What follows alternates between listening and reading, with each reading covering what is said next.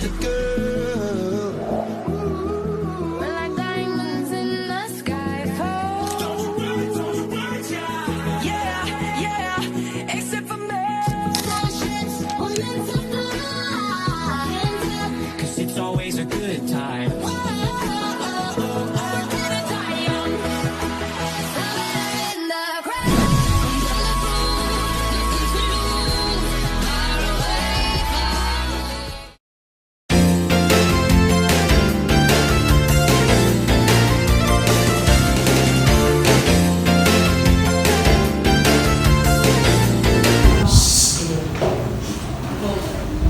Good morning, grade 4 relevant. I'm teacher Akoy. I'm teacher Yasser. I'm teacher Halako. And I am teacher Kesan. And I am teacher Zucarno. I am teacher Musa. And we are your teachers for today. So, once again, good morning, class. So, how are you today?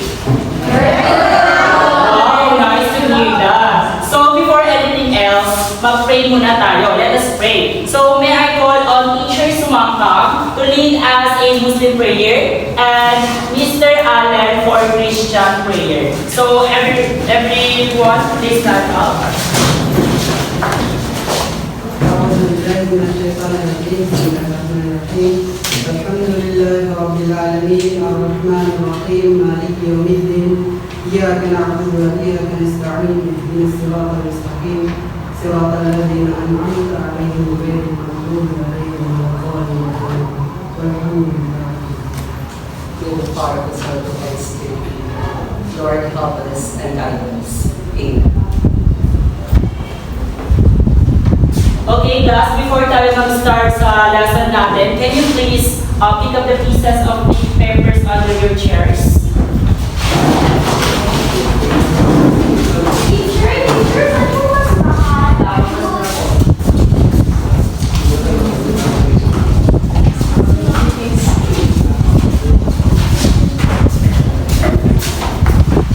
So, have a seat, class. Okay, class. Before we proceed to our proper lesson, allow me to read first the classroom rules. So, first is letter S. S stand for sit up and listen. C, cooperate with others. I, invest in learning. E, express yourself carefully. N, notify your teacher. C, create a positive environment. And E, enjoy learning. Okay, let me check your attendance first. So, Abdul, Present. Abidin, Present. Ayunan, Present po. Argus. Sir, nandito po. Okay, very good. No one is absent for today. So, bigyan nyo ng very good clap ang inyong sarili. So, alam nyo ba ang very good clap? Hindi po. So, ganito lang, class. 1, 2, 3. 1, 2, 3. Very good, very good, very good. Okay, it's your turn. 4, 3, 2, 1. 1, 2, 3. Okay, again. Ganito. 1, 2, 3. 1, 2, 3. Very good, very good, very good. Okay, 4, 3, 2, 1. 1, 2, 3. 1, 2, 3. Very good, very good, very good. Okay, very good, class. So now, mag-review tayo sa previous lesson natin last meeting. So, do you still remember what was our topic last meeting? Yes, teacher. Okay, Miss Jamel. Ano yun? Weather po. Okay, weather. Very good. That's exactly. So, pwede mo ba sabihin sa amin kung ano ba ang weather? Anong pagkakaintindi mo sa weather? Ang weather po ay panahon. Okay, very good, Asmara. Okay.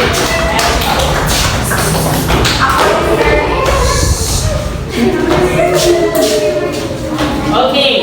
So ngayon, class, feel ko mayroon mga inaantok dito since morning pa. So, I prepared a song and dance for you, class. So, please stand up. So, the only thing you have to do is to follow me. Okay? Okay, class. Naiintindihan ba? Yes, Lord. Okay, patawagin ko nito. What was the weather like today? Okay, music please.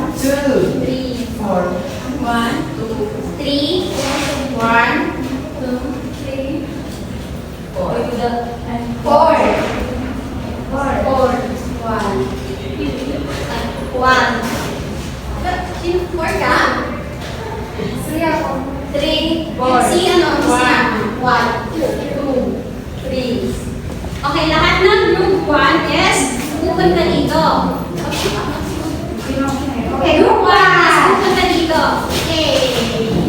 And group 2 is dito. Group 3 is dito. And group 4 is dito. Group 4. Group 4. Group 3.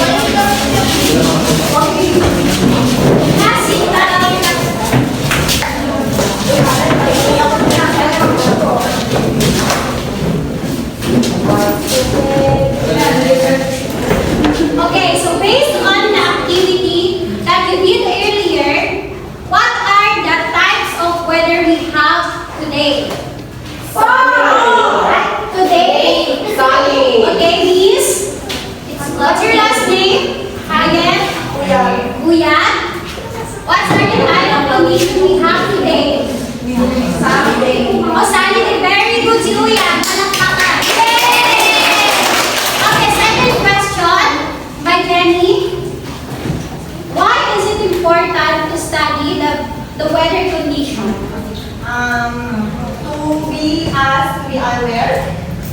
Very good. Okay, very good si Kashan. Okay, class. For now, I will hand you over to Teacher Malako. So now, good morning to each and everyone. So now you already have an idea kung ano ba ang tatalakay natin ngayong araw. So but first, let us first read our objectives for today. So everyone, sabay-sabay natin basahin. So 1, 2, 3, go! Objective of the lesson. At the end of the lesson, the student should be able to identify safety precautions during sunny, rainy, and windy days. B. Tell the meaning of typhoon warning signals. C. Identify safety precautions before, during, and after typhoon. Thank you very much. So now let us discuss our main topic, identifying safety precautions during different weather conditions. So we have here 3, the sunny day, rainy day, and the windy day. Or sa kung Tagalog, tinatawag natin ito ang araw, ang ulan, at ang mahangin na araw.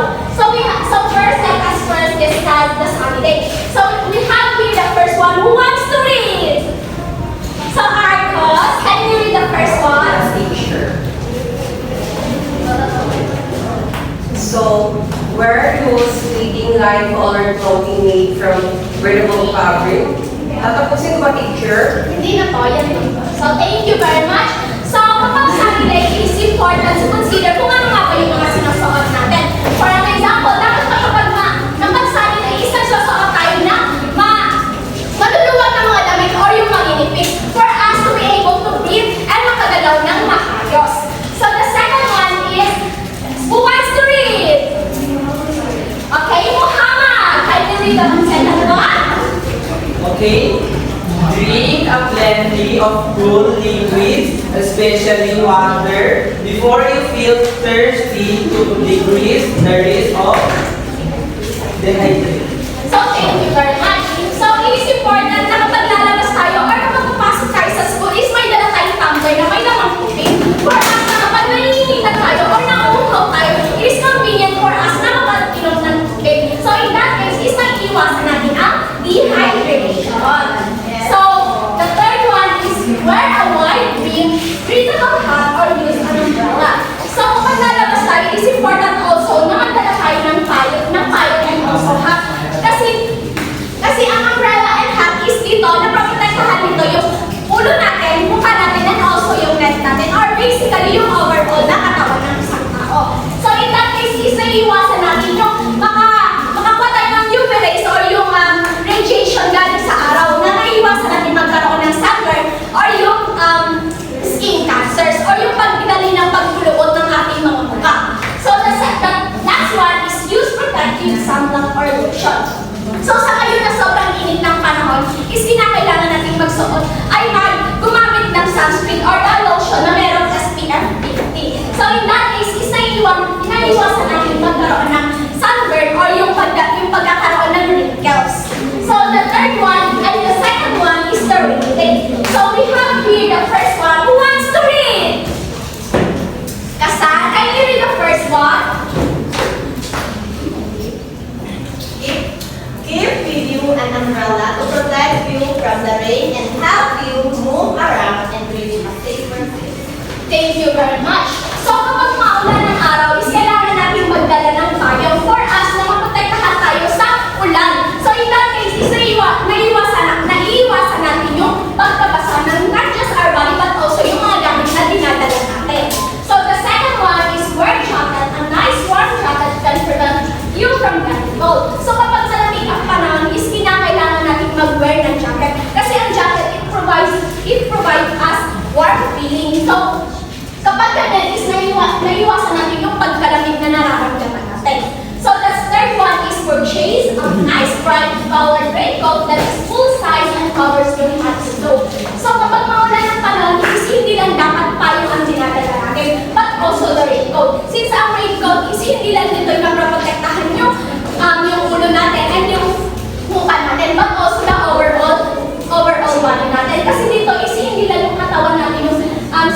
ng raincoat, but also yung mga gamit natin na natin. So the last one is the wind blade. So we have here that indoors if possible when high winds are occurring. So it is important na kapag malakas ang hangin is nag-stay tayo sa house natin. Since dito is hindi natin alam kung ano yung mga bagay na lumilipad na magkakos pala accident sa atin.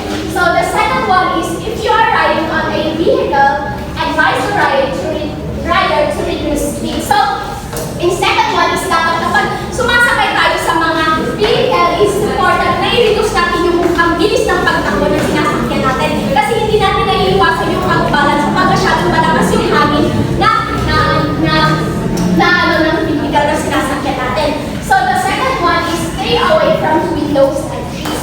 So in number 3, it is important na kapag nasa bahay tayo is hindi lang dapat na nasa bahay tayo, but also is umaalis tayo sa tabi ng windows for that kasi hindi natin naiiwasan na yung pagkaputo ng mga branches ng trees or ng mga branches ng trees. So in that case is napapasag yung windows na magiging cause na mapunta sa atin yung bubog na yun. So naiintindihan nyo ba? Yes, teacher! So kung naiintindihan nyo, kindly give the three different weather conditions na aking diniscuss. Sunny day, rainy day, windy day. Very good! So now I will hand you over to Teacher Zucara. Thank you very much. Okay, class. Okay pa ba kayo? Yes, Lord! Ready na ba kayo makinig? Yes, Lord! Okay, let's start. So, I will discuss you the typhoon signal. So, we have 4 signals typhoon here. So, okay? Okay, teacher. The first signal number.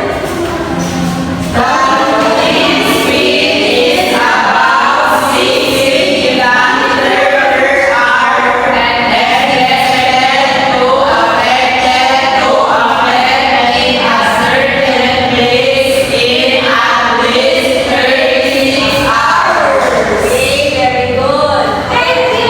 Leaves and branches of small trees will break.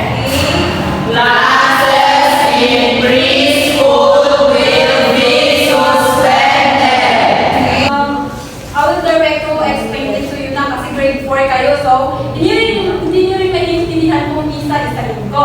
But, etong si signal number 1 na to is, ang nakakatuhan ng typhoon na signal number 1 na ito is kayong mga bata, kayong mga preschool. Ang taliksik pa lang ito siya, or ang buwan pa lang ito siya, mahina pa lang, wala pa siyang hangin, yung maliliit lang na ulan, which is, pag yung typhoon na yan, kasi tuhan na yan, ay kayo, wala kang magiging masususpended yung natin yung mga nasa preschool. Yung colleges is hindi pa niya hindi pa niya ma-apektuhan kasi college nga. So, kayong mga bata is, so, the signal number 2 is, The wind speed is more than 60 kilometers per hour, but not more than 100 kilometers per hour when expected in a certain case in at least 24 hours. Please, NEPA houses may be partially or totally impounded. unrooted. Very good. Damage may be light or moderate. Classes in all levels are suspended. Very good. Ito is, ang ma-apektuhan pa rin nito is sa preschool pa rin. Hindi pa rin affected ang college and high school. So, ito si signal number 2 is, ito na siya yung si ulan na talaga. Yung ulan na talaga is ang tawag natin doon is yun yung signal number 2. Then let's proceed the signal number 3. So, The wind speed is more than 185 kilometers per hour is expected in a place in at least 12 to 18 hours. okay,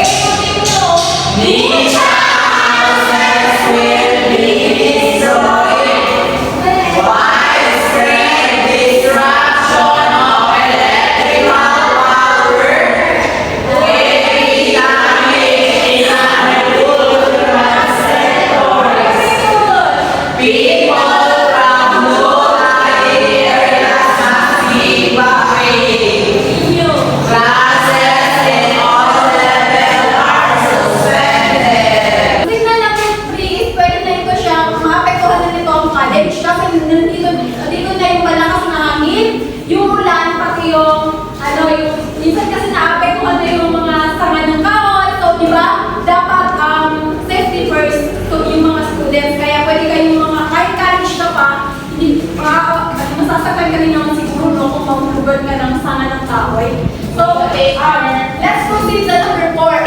The wind speed is more than 1 kilometers per hour and is expected in a certain area in at least 12 hours. Continue. Concrete residential and building may greatly damage. Electrical power and communication servers are disrupted. Wait, last. Massive damages are expected.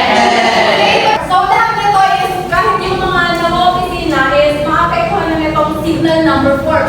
Kasi yung, malakas na talaga ito siya, oh. As you can see rin naman, oh, parang nabalikot yung So, yung face dito is natumpad na rin yung mga bahay ninyo, pwede na yung atip niya is mahalo ng hangin. And also, yung, ma-enter yung electrical din yung kuryente natin. Madadamage siya pag yung signal number 4 na yung tumating sa akin na typhoon. So, okay, class, naintindihan ba itong 4 signals of typhoon? Yes, teacher!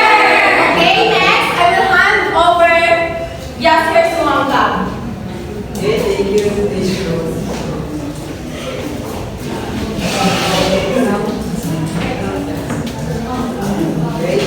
Okay, let's proceed to the what to do before, during, and after typhoon. So, class, dito natin malalaman kung ano ang dapat natin gawin bago, habang at pagkatapos ng bagyo. Are you with me, class? Okay. So, before the typhoon, kailangan natin makinig sa mga radyo. Dahil yan tayo na makakuha ng mga updated news kung saan ma-aware tayo kung ano ang dapat natin gawin. Next is, kailangan natin mag-prepare ng ready-to-eat foods kagaya ng mga cans, mga noodles, and other ready-to-eat foods na dadalhin natin in case of evacuation. Next is first aid kit. Kailangan natin magdala ng mga pampaulang lunas. So, ito yung mga cotton, alcohol, at iba-iba pang first aid na kailangan natin. Next is flashlight. So, kailangan pag-evacuation may dala tayong mga batteries, mga power banks, at mga flashlights kung sakaling mag-brown out. And then, candles para maging flashlight natin. Next is, during the typhoon. So, habang may typhoon, kailangan din po natin makinig sa latest news kung saan updated yung news na yun. At next is stay calm. Stay calm lang po tayo para makapag-isip kung ano ang gagawin natin o mas epektibo na gagawin natin sa typhoon. Next is stay away from flood. So, huwag po tayong punta sa mga malalim na tubig kagaya ng mga ponds kasi baka malunod tayo. Next is follow local authorities. So, sa ating komunidad, meron tayong mga mayors, mga tanod. So, kailangan natin silang sundin kasi sila yung mas nakakaalam kung saan tayo mag-evacuate. Next is after typhoon. After typhoon, wear protective gear. So, ano nga ba protective gear? Ito yung sinusuot natin para hindi tayo masugatan. Like mga gloves, mask, and face shield. Next is, kailangan maglinis tayo pagkatapos ng typhoon kasi may mga basura na nakakalat sa ating paligid. Maaari itong pag-ugaran ng mga lamok, like sa mga tires. Kailangan po natin ibuhos yung tubig doon kasi maaaring panganakan ng lamok. Next is live wire cables. So, mag-ingat sa mga nakatumbang poste dahil maaari itong nag-function pa na magiging sanhi ng pagkuryente. Okay, naintindihan class? So, let's proceed to the next teacher. Okay. Okay, class. Hello, grade 4 relevant. Okay,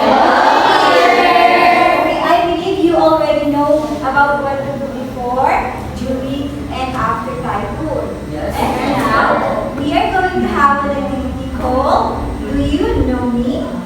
Are you excited? Yes!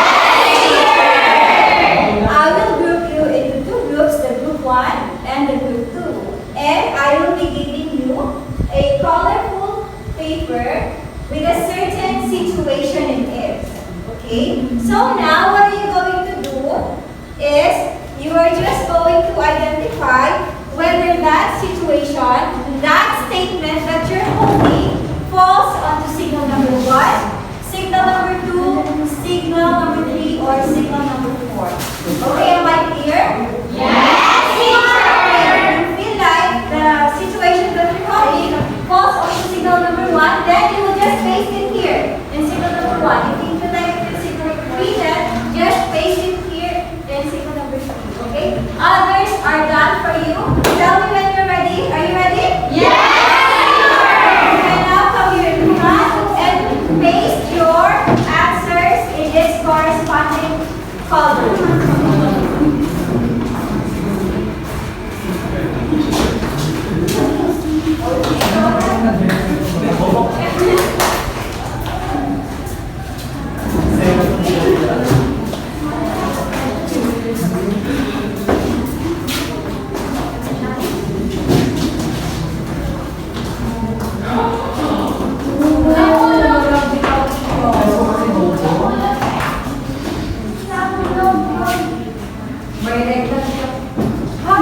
Okay, you're done.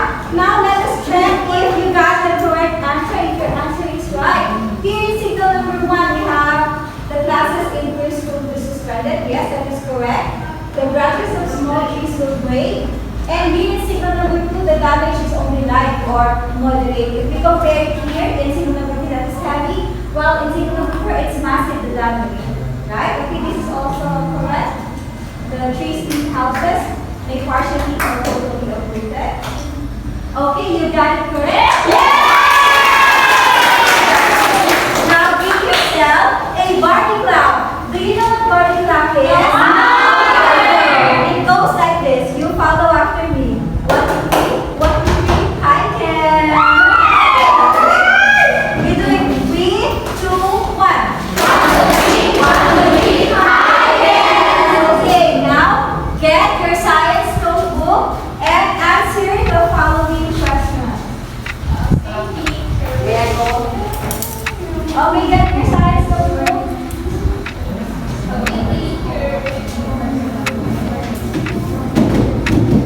Okay, for the directions, write E. Remember, a big letter E if the statement is true, and F is if the statement is false. Okay? 1, 2, 3, I will give you 10 minutes to answer. Okay, remember, answer only. Your timer starts now.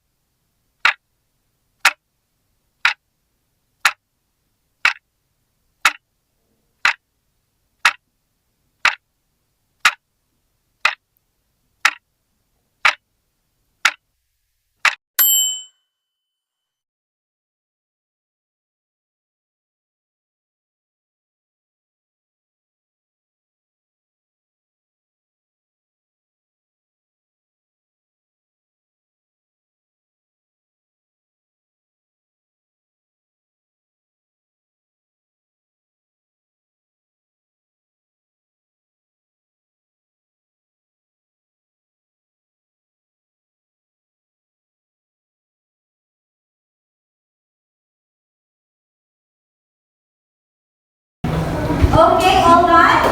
Yes.